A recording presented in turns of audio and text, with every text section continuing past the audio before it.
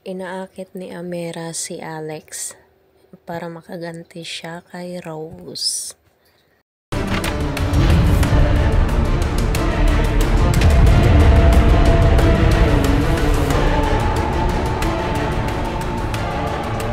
Rose, Ate, andyan ka na pala.